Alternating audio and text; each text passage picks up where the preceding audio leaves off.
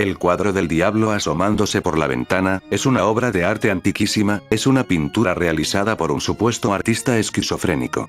El cuadro se realizó hace 200 años, así que su valor en el mercado actual de excentricidades y curiosidades es incalculable. Esta imagen es la de una pobre cabaña enmohecida, que se encuentra ubicada dentro de las entrañas de un raquítico bosque, la cual aparte de deteriorada y ennegrecida, está a punto de desplomarse, sobre una ventana de marco de madera podrida, que está a la izquierda de la puerta de entrada, puede observarse una silueta cornuda, con el brillo de dos puntos escarlatas mirándonos. Si uno se acerca con detenimiento, puede apreciar las facciones aterradoras y demacradas del ser, es el diablo mismo. El cuadro cuenta su historia misma, mitad realidad mitad fantasía, imposible determinarlo.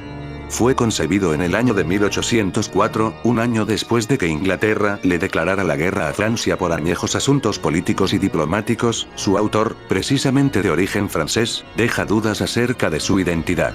Se dice, era un hombre que se encargaba de pintar cuadros al emperador Napoleón, y este mismo le pidió a manera de broma, dibujar algo aterrador para él, dando como resultado la imagen plasmada. Tal fue la dedicación y tiempo que le dedicó a la obra, que el hombre se obsesionó causándole severos desajustes mentales.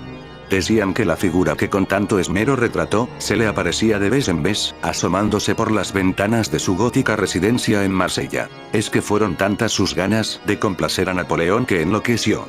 Otras de las versiones manejadas es que el cuadro fue pintado por un tal Donatien Volta, un hombre de creencias obscuras que acostumbraba a hablar de demonios y ritos ocultos. La gente del pueblo, en extremo conservadora, lo asesinó crucificándole en una cruz invertida. Pensaban que estaba poseído, lo cierto era que padecía esquizofrenia. Dentro de su humilde morada, que es la que está pintada en el cuadro, sustrajeron el cuadro, que aún conserva las costras secas de su negra sangre. Con tales suposiciones, el cuadro se cotizó, pasó a las manos de un empresario adinerado y aficionado al arte gótico, William Lebrun, que pagó a un hombre que juró habérselo robado de la misma cabaña maldita, en una cantidad sumamente elevada.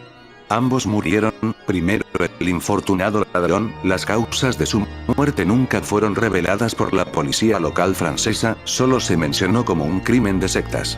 El empresario murió de un infarto al miocardio en la sala de su casa, mirando con ojos desorbitados al cuadro mencionado. Todos estos sucesos acaecieron en el año de 1813. Pasaron 3 años más sin noticias de la pintura. Se supo que estaba resguardada en un santuario francés, pero precisamente en 1816 dicho santuario fue consumido por las llamas, muriendo los clérigos y franciscanos que habitaban ahí. Se salvaron algunas obras materiales, mas ninguna vida humana resistió la acometida del fuego. Una vez más, se perdió la pista del cuadro por alrededor de 10 años. En 1829, reapareció en una subasta de Londres. Sir Arlene Louis pujó una cantidad superior a las 15.000 libras esterlinas. El excéntrico londinense tenía una colección de cuadros de diversas épocas de la historia, y esta, al tratarse de una pieza rara, llamó poderosamente su atención. No duró ni una semana en la propiedad de Harley Inn. Se deshizo de la pintura al externar que el ambiente de su hogar cambió desde que el cuadro entró a su domicilio. No le importó perder el dinero. El cuadro terminó en una galería de arte en el sur de Inglaterra. Y así el cuadro vagó de museo en museo por 20 años, solo se sabía de los relatos de veladores, quienes informaban de ruidos extraños en el recinto a partir de la llegada de la obra, sonidos imposibles de describir e improbablemente emitidos por cuerdas vocales humanas. Todos coincidían en sentirse abrumados por la pieza, siempre omitiendo pasar por enfrente de la pintura. Para 1853 el cuadro fue robado del Museo de las Artes Modernas en Bromwich, permaneciendo en paradero desconocido hasta el 1879, que estaba en posesión de una mujer divorciada. Ella comentó en el interrogatorio, que fue un regalo que le hizo un hombre a quien socorrió después de darle alojo y alimento al perderlo todo, a excepción de ese paisaje plasmado en lienzo.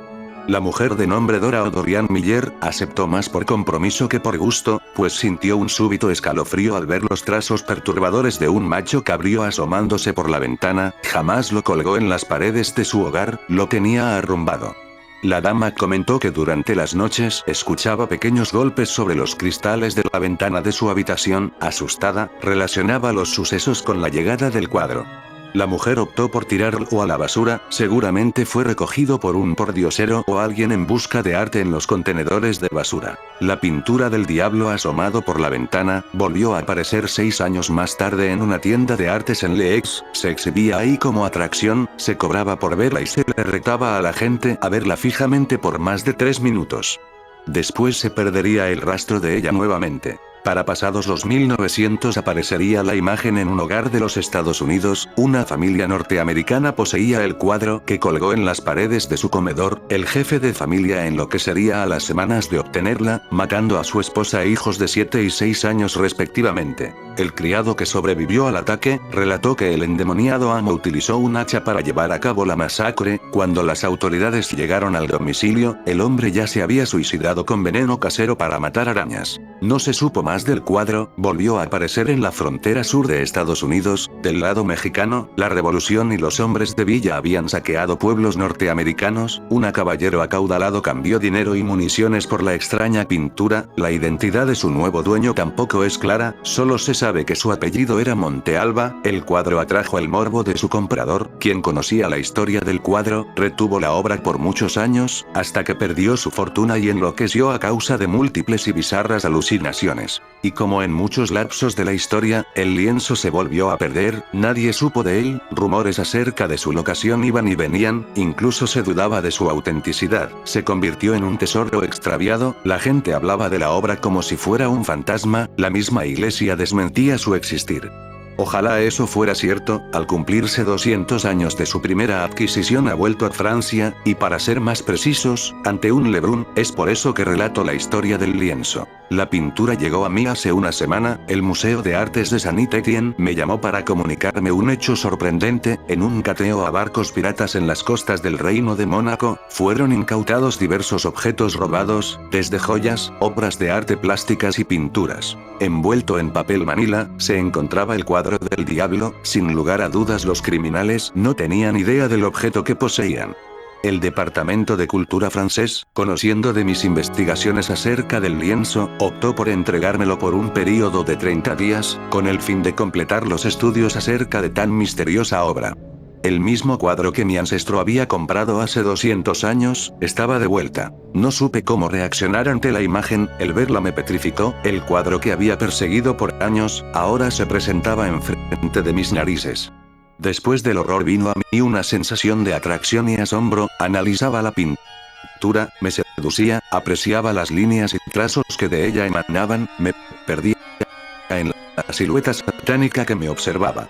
Aún conociendo los horrores que padecieron los antiguos dueños de la obra, el sentimiento de admiración eclipsó en mí cualquier duda, me sentí complacido en obtenerla y continuar con los estudios de mi investigación.